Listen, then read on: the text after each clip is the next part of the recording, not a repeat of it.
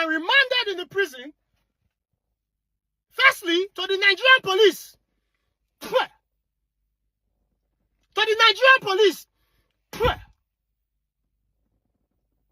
Now, this is how everything happened.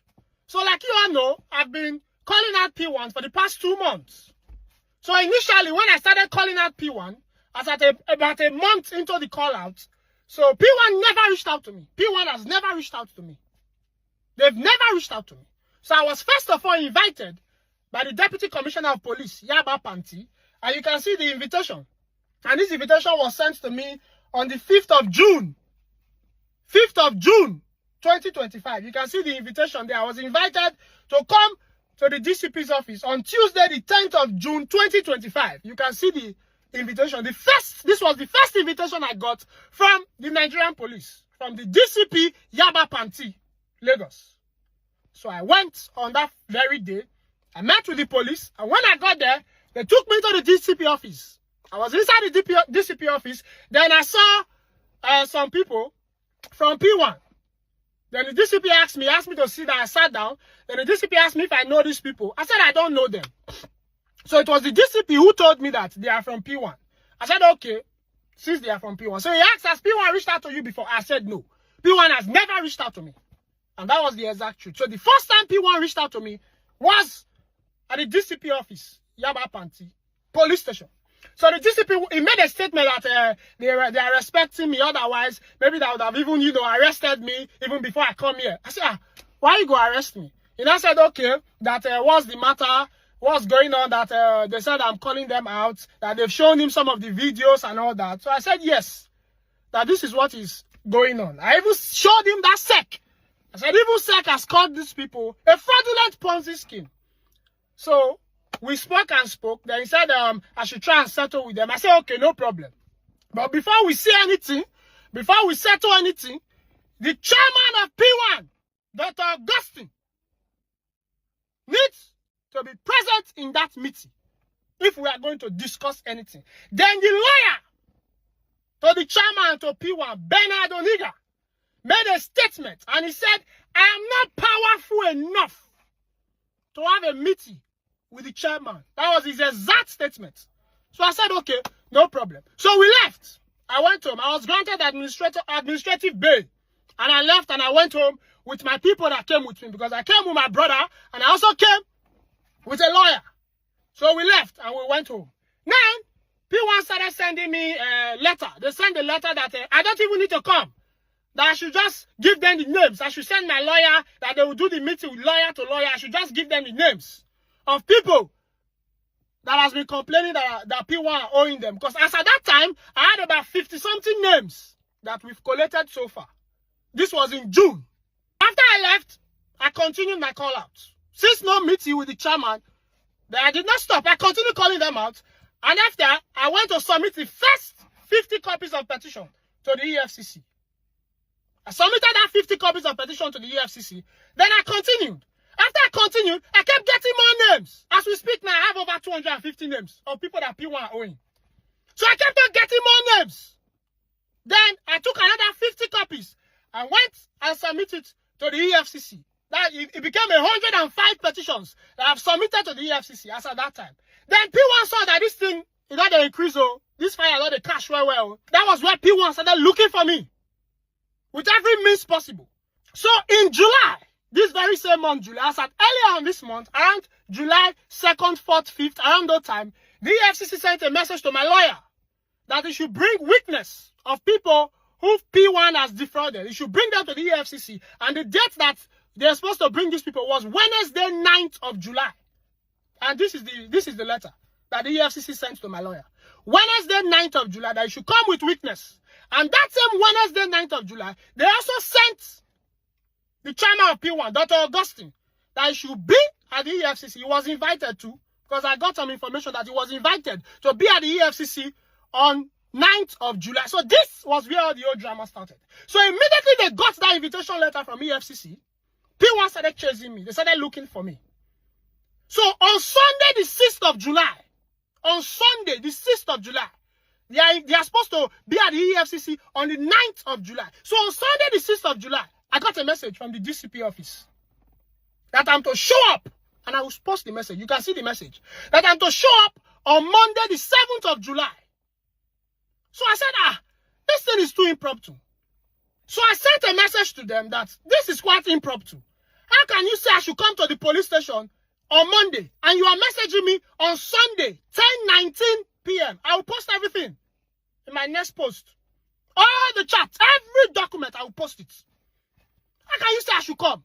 So they said, okay, if I cannot come on Monday, the 7th of July, I should come on Tuesday, the 8th of July. I also said it is impromptu. And I told them I will come on the 14th of July, which is Monday.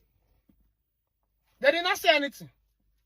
They said, okay, that I'm trying to disrespect the office of the commissioner, deputy commissioner. I said, I'm not trying to disrespect the office of the deputy commissioner.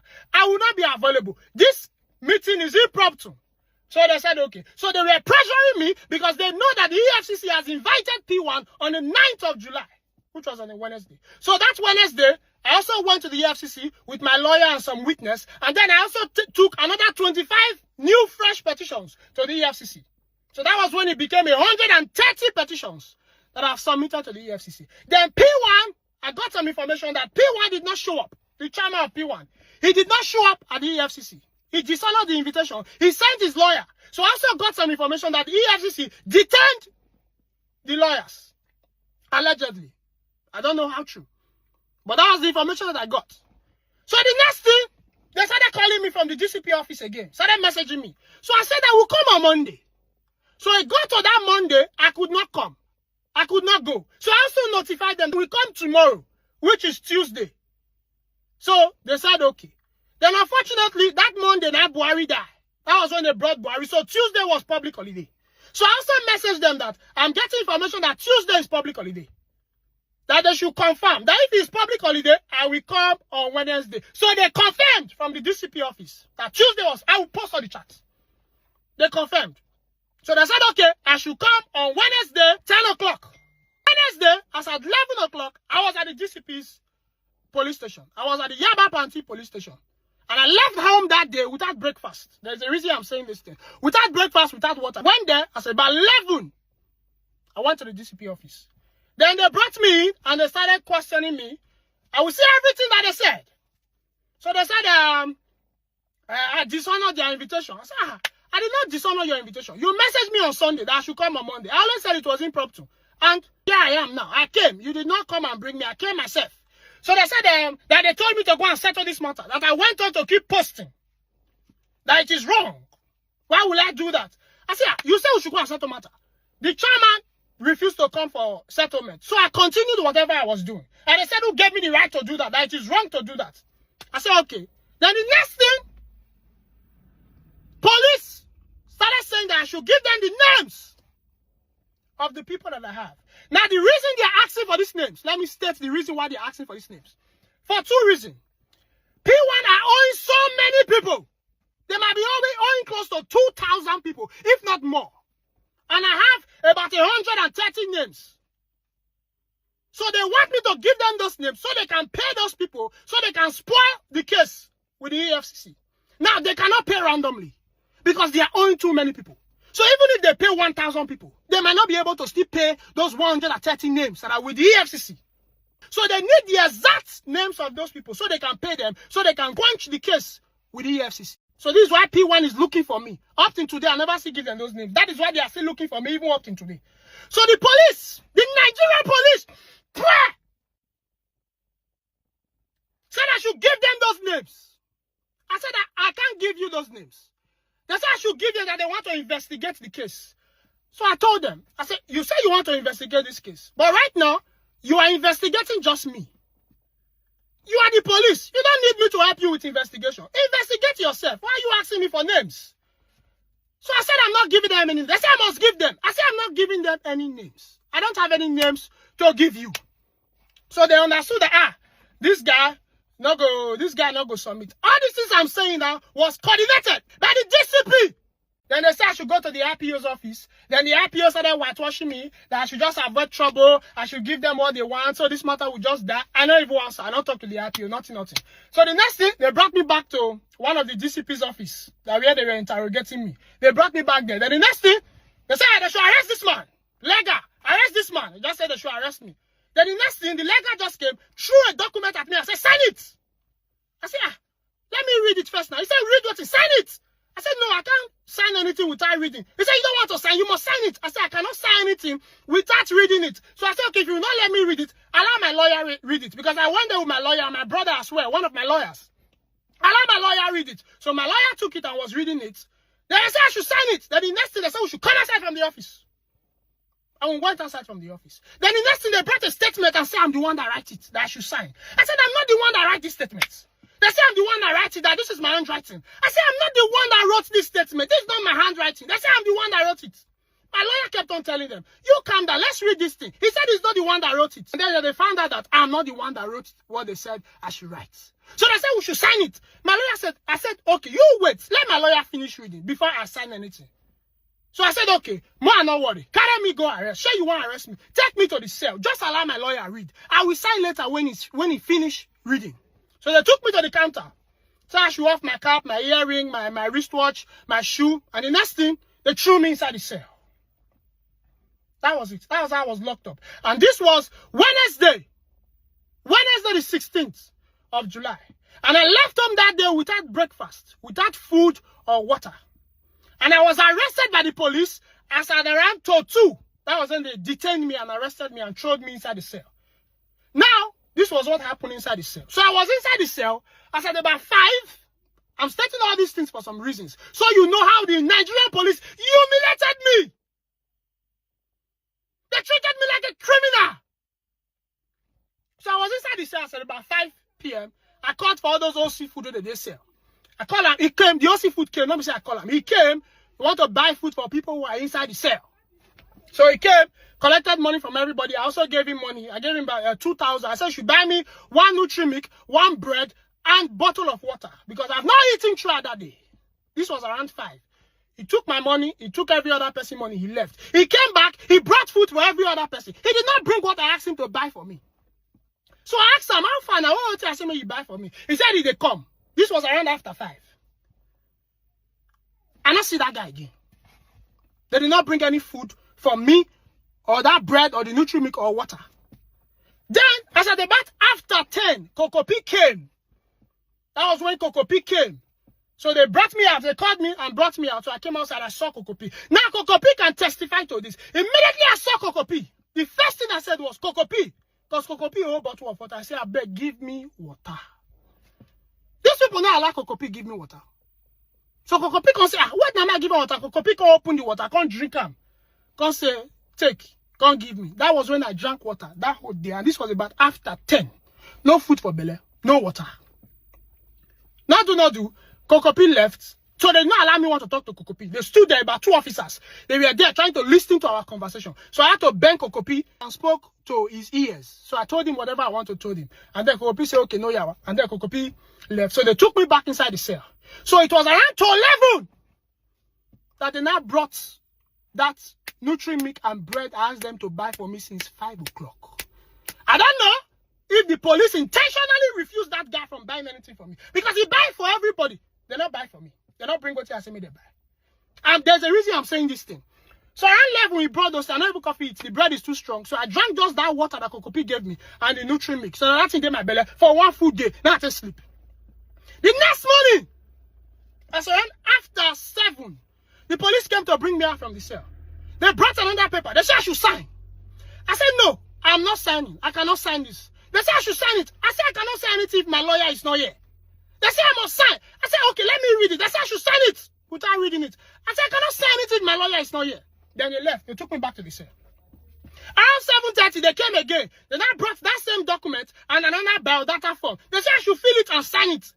I said, I cannot do anything with my lawyer. They said they want to grant me bail. I said, no, not grant me bail. You just wait till my lawyer comes. When my lawyer comes, you grant me bail.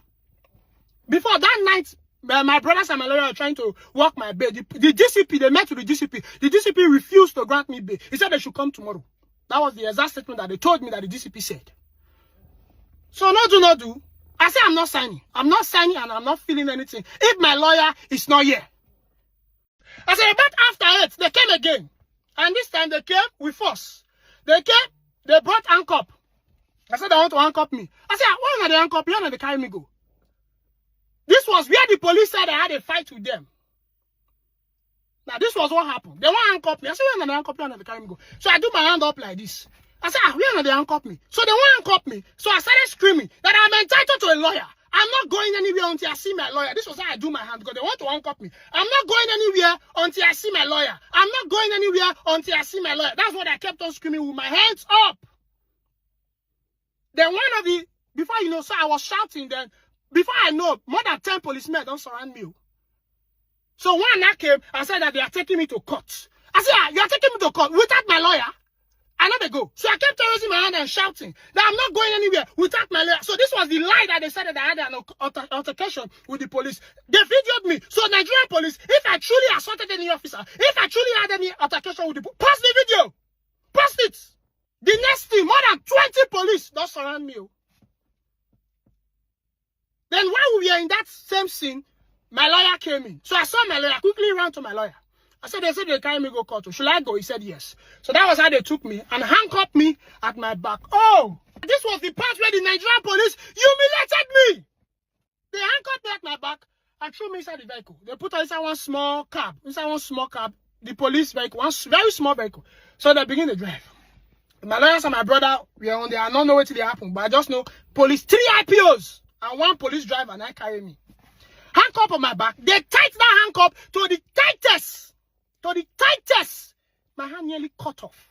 And the police were intentionally driving rough, driving speed. So immediately they drive me the whole break. The more the handcuff, they tight, and they tied me from my back. I did like this. I had to sit down in between the chair because 1 IPO there right, 1 IPO there left, 1 IPO there the front of the car, then driver, they are there middle. So I rest like this. So they kept on driving intentionally. From Yaba Panti, before we got to High Court, I was screaming. I was crying. I was begging the Nigerian police to please remove that handcuff and chain me on the front. They refused. These people not green. I was in severe pain. You don't do. My hand gushed out blood. My hand cut. Look at it. Look at some of the bruises. So, no be. And this is 1 week after. You can see. This is 1 week after. This what happened on Thursday. And this is today, Wednesday. See my hand. See all the cuts. Look at all this one. See all the cuts. You can see all the cuts from my hand. My hand started bleeding. I was in severe pain. I've never felt that kind of pain in my entire life. I kept on begging these people, please, just pack and remove this ankle and put it at the front. The Nigerian police not green. I kept on screaming. It gets some point, I go one fence. I'll come fall my head for the rest of the driver like this. Once I fall, because I'm trying to relax my wife, I don't scream. Remember, I've not eaten. I've not eaten for 1 whole day, and this was the next day. So I go rest my head on top the chair of the driver. If I don't scream, no power again. My head go fall on top the driver. The driver will use his shoulder, push my head. Go back. I go scream. I go try rest up for this other one, for the passenger seat. The woman, the IPO there, she carry her hand, push my head. Go back. They say, no, be you not agree corporate. You the form strong head now. No, be you not agree corporate. No, be you not agree corporate. I was in severe pain. Oh, God, Nigerian police. They treated me like a criminal. They treated me less than a dog. For waiting. Cyberbully. That was how they took me. I begged. I cried. I begged these people. Remove this handcuff. My hand is pulling off. They're not green. They tied this to the tire. The driver kept on mashing the brake. And you know the way police they drive now? They mash brake anyhow. They hold brake. They climb speed bump. All just to intentionally put me in severe pain. These people knew exactly what they do. Because when we got to court, they did not stop at the court. They stopped for one corner before we reached court. They brought me down, brought me out, and removed the handcuff and put them for front. Then we now walk with leg to court. They did not take that. They did not make anybody see me, say, see what they do. We can't use leg waka reach court. From court, we just go inside High Court. Then the next thing, they just take me to up for High Court. No food, no water for my belly.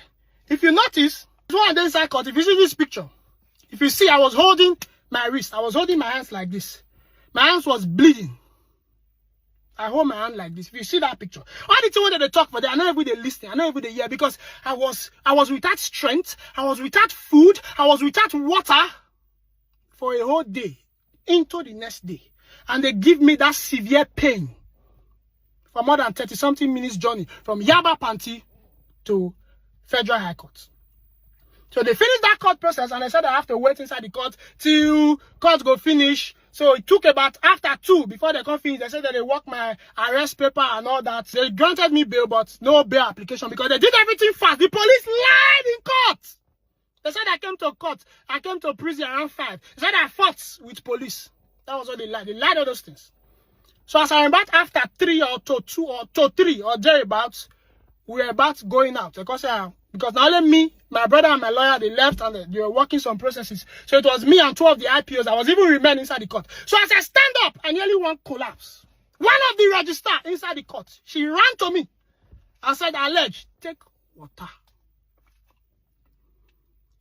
Nigerians, lo and behold, police no allow me drink that water. I hold water with tank up for me. No, allow me drink this water. I can move, oh. You want me to lose my job? I can move, oh. Please leave this place, oh. They no allow me drink that water. I was about collapsing. No food for my belly for 2 days. With that severe pain that they made me went through. That's why they took me to the prison custody. And that was it. As about after 4, my brothers and my lawyer could not come. I don't know what the things were don't go do. So they came. That was when I ate for 2 days. I said, but after 4 was when I ate food for 2 days.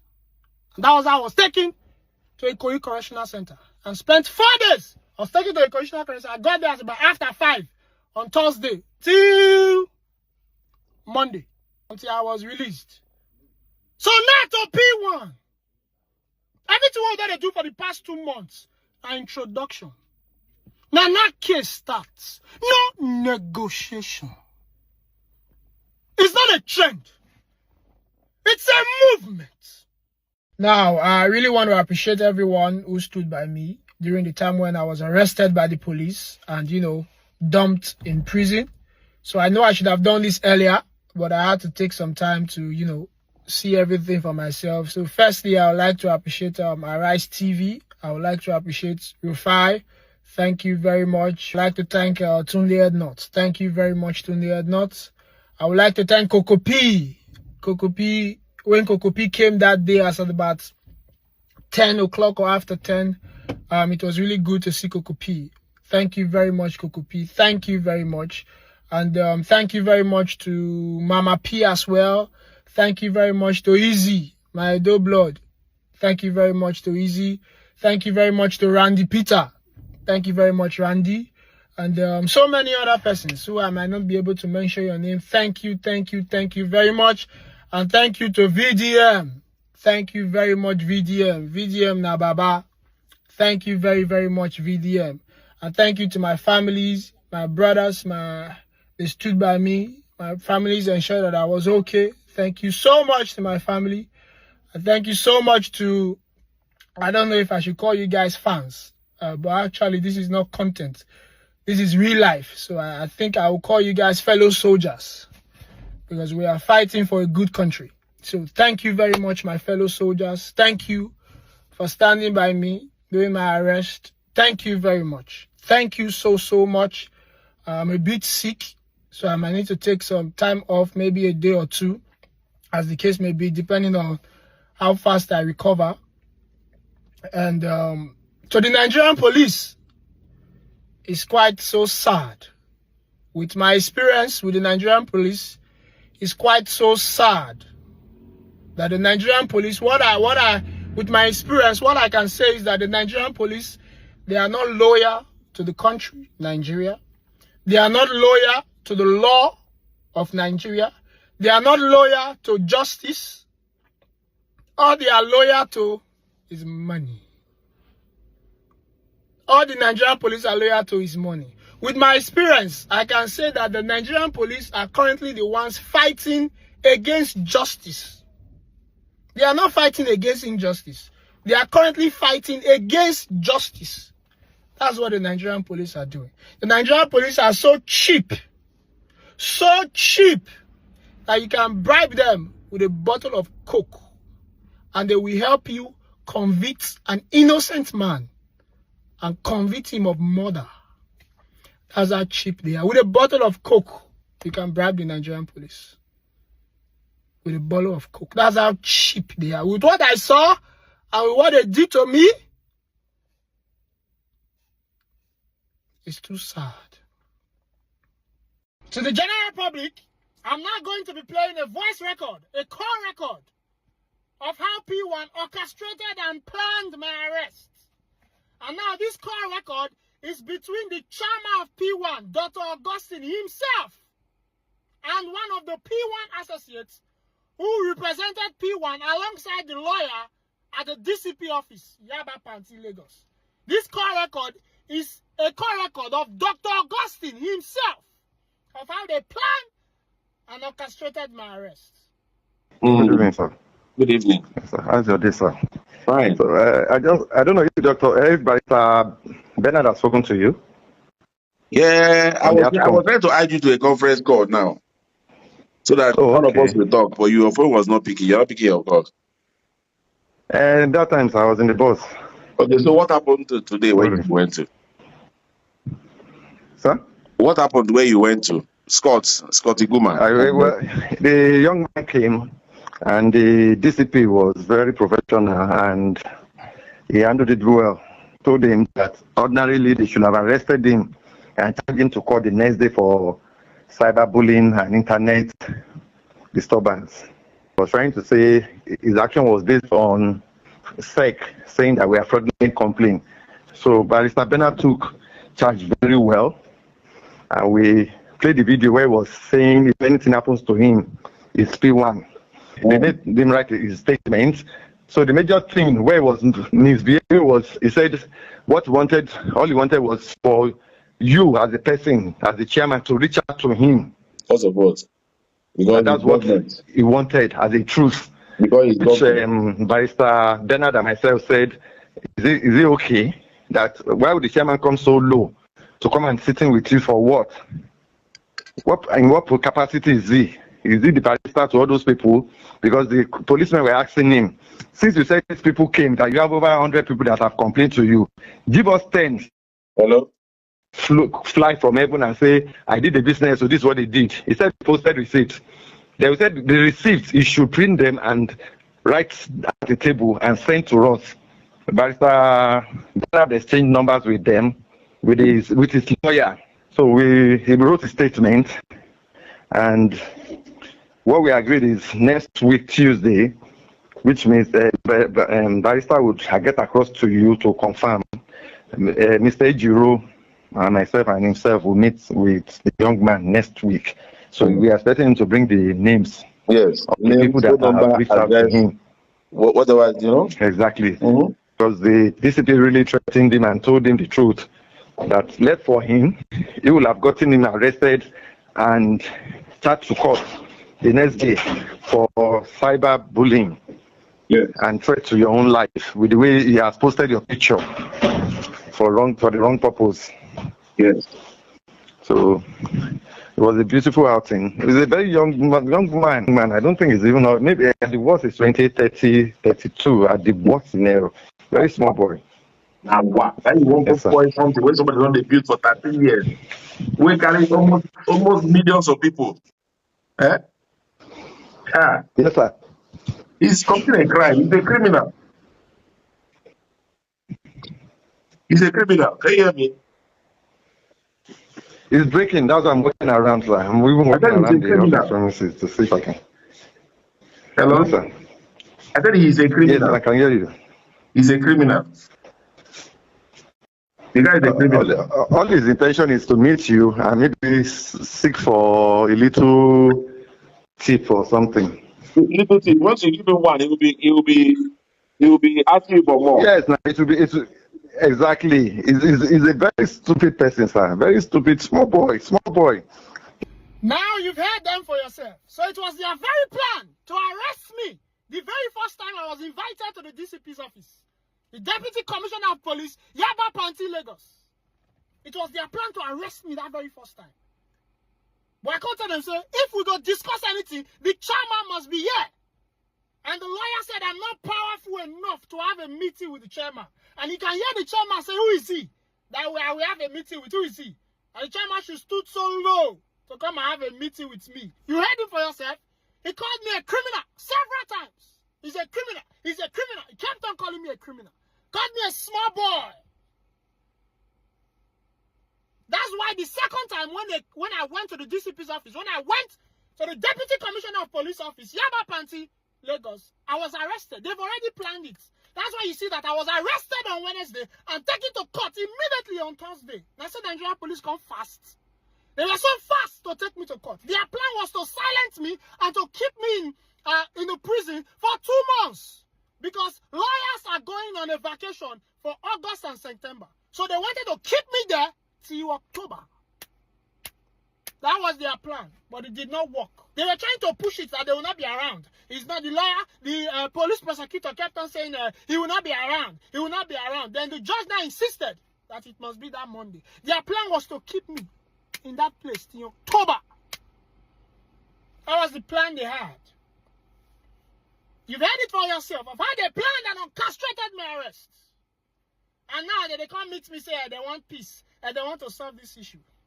To the unintelligent Augustine, I gave you a tiny chance. I gave you a tiny chance to sort this out. And your lawyer said I'm not powerful enough to have a meeting with you.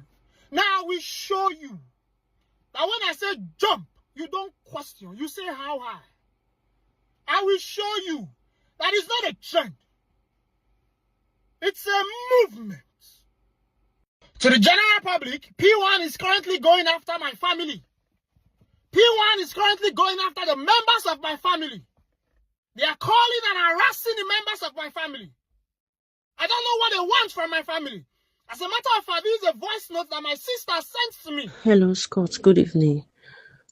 This P1 stuff is really getting serious. So they have been calling me. I am so scared. They've been calling my husband. Now they're even calling sister and her husband as well. These people, they know where we are staying because they traced us from the church we're attending together. Please, Scott, I don't know what they want. I don't know. I am so scared. I am so scared. The calls are just too much. Please, I don't know what's going on. I'm so scared. Please. I don't know what they want. I don't know. I don't understand them. I am very scared. Now, this man here, Amechi Okonkwo, the chairman of P1 Unique, he's the one that is sending the numbers of my family across to the members of P1 that are calling and harassing my family. He's also the man that first called a member of my family to be asking questions about me initially when this whole thing started. That was why I had to make that video. That if anything happened to my family, that was why I had to make that video then. He's been the one looking for me. Calling my families. Harassing them. Sending the members of my families to P1. To be calling them and harassing them. Now my family no longer feels safe. Amechi Okonkwo, chairman of P1 Unique. Nothing should happen to the members of my family. Nothing should happen to the members of my family. Amechi Okonkwo. Because you are the one spreading the numbers of my family to P1, to call them and harass them.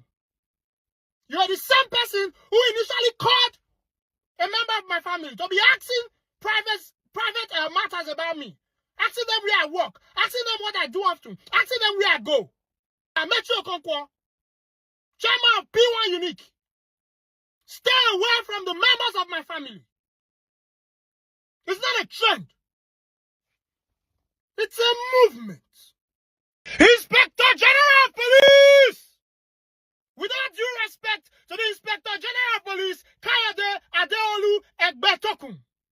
Without due respect, sir, it's been 1 week since I shared my story of how I was maliciously arrested by P1 and the DCP, the Deputy Commissioner of Police, Yaba Panti, Lagos.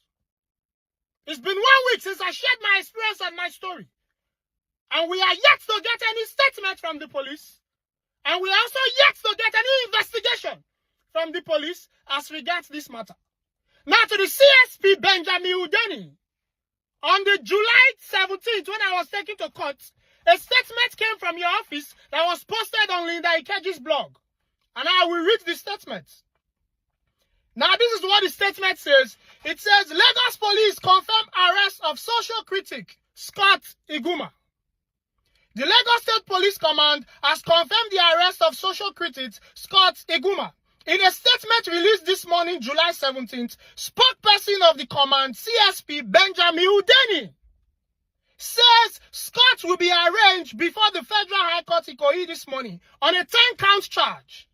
The charges were not, however, specified. Scott will be arraigned on a 10-count charge at the Federal High Court Ikoyi this morning, July 17th, the statement read. Now to the CSP, Benjamin Udeni, if this statement is true, that it came from you or from your office, then I have 2 questions for you. Number 1, how come since after I shared my story, since last week Wednesday when I shared my story, today is Thursday, a week after, you are yet, or your office is yet to release any statement as regards this matter?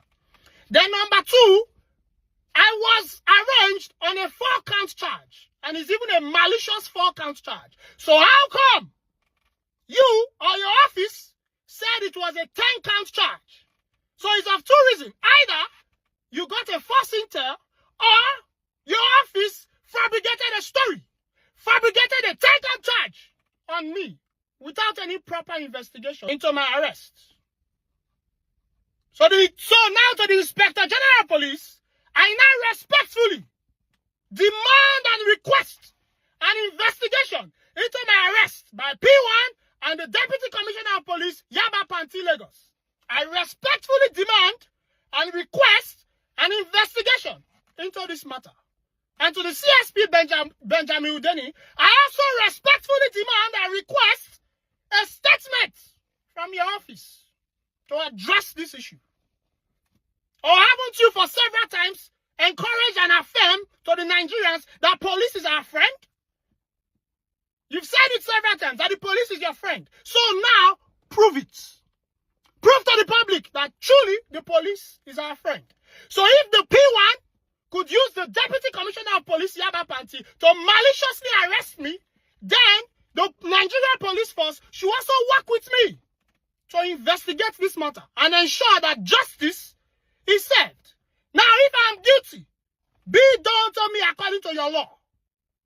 But if I'm not guilty, then it means P1 and the Deputy Commissioner of Police, Yaba Panti, maliciously arrest me. Then be done to them according to your own same law. So I respectfully demand and request an investigation into my malicious arrest by P1 and the Deputy Commissioner of Police, Yaba Panti Lagos. And not only was I maliciously arrested, I was also gruesomely treated. As a matter of fact, this is my hand. From the bruises of the handcuffs, 1 week after my release. This is my hand. You can see, from the bruises of the handcuff, 1 week after my release. Even up to now, the bruises are still there. You can see it. The bruises are still here. And this is a week plus since after my release. You can see the bruises. So not only was I maliciously arrested, I was also gruesomely treated. I'm a patriotic citizen of the Federal Republic of Nigeria. And I am entitled to the resources of the Nigerian police. It is my right to be entitled to the resources of the Nigerian police. So to the police, we need you to prove to us that the police is truly our friend. Otherwise, it's a man and an empty statement. It's not a trend. It's a movement. P1 Real Estate Company, the real estate company that is selling receipts to people instead of land. To the general public, I'm not going to be showing you another evidence of how Anambra State government labeled P1 an illegal real estate company. Now, on the 31st of July 2025, the Anambra State government did a public notice where they list out estates that are illegal in Anambra State. Now, it says public notice.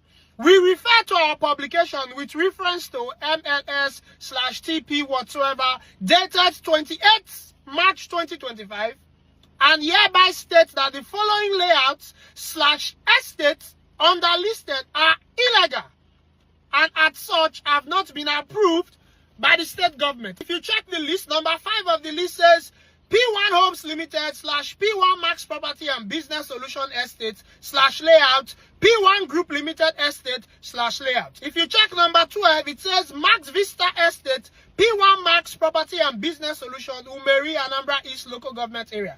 If you check number 13, Max V Estate, Wangu, Achala, Oka North Local Government Area, P1 Max Property. If you check number 15, Max Vista Estate, Umudi, Unewi North Local Government, P1 Max Property. If you also check number 19, you'll see Flourish City Estate, Anambra East Local Government by P1 Homes Limited. If you check number 20, Legend Estate, Oba, Idimili South Local Government Area by P1 Homes Limited.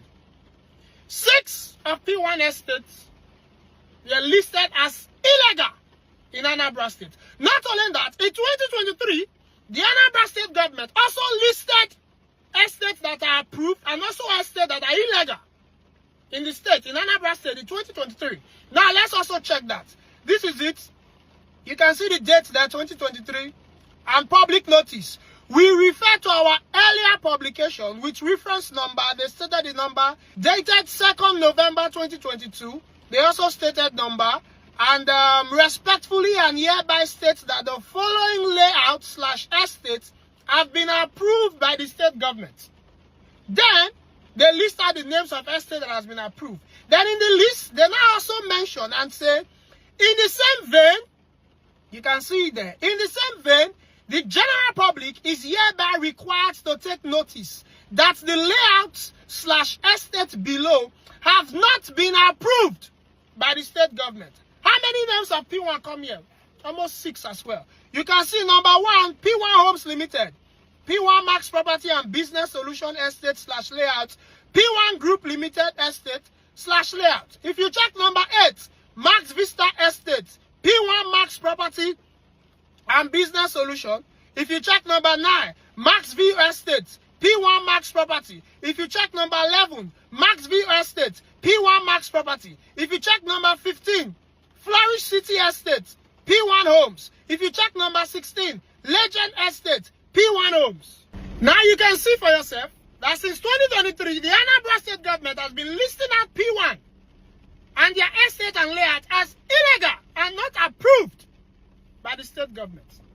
Now to P1, when I go say, now Lagos State government, that's why you guys had issues. Now, how come you're having the same issues in Anambra State? How come you're having the same issues in Asaba? How come you're having the same issues in Port Harcourt and all around the country? Now, to the general public, P1 is not a real estate company. P1 is a well-organized fraudulent company. P1 is more of a Ponzi scheme. And SEC has also said this. P1 is a Ponzi scheme, not a real estate company. I've investigated this company.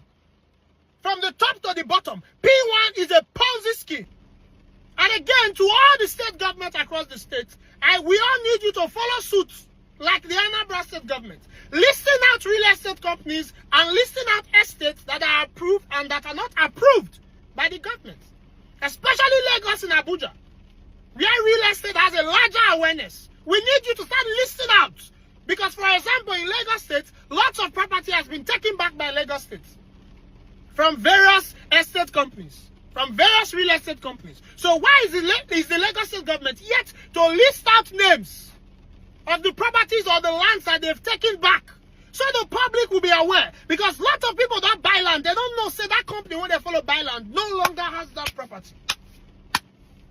And most of these people who bought these lands are in the diaspora. Nigerians in the diaspora, who are trying to invest in the country. Only for them, after years, to realize that they've bought a fraudulent fake land. How painful it is. So to the Lagos State government, we need you to start listing out all the estates that you've taken back from people, that you've taken back from estates, real estate companies. List them out so the public know. It's not a trend. It's a movement.